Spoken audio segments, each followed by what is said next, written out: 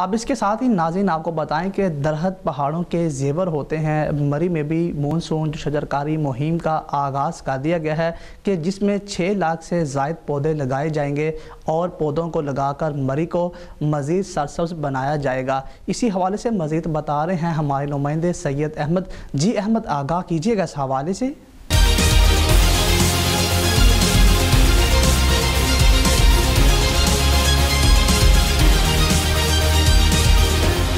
जी बिल्कुल, इस वक्त मैं मौजूद हूँ मलका कोसार मरी गवर्नमेंट फॉरेस्ट रेस्ट हाउस बुरबन के मुकाम पर। और इस वक्त जो है मानसून शजरकारी मुहिम का जो है यहाँ पे आगाज़ कर दिया गया है। इस वक्त मेरे साथ मौजूद हैं DFO मरी। उनसे जानते हैं कि कितने पौधे लगाए जाएंगे इस मुहिम में।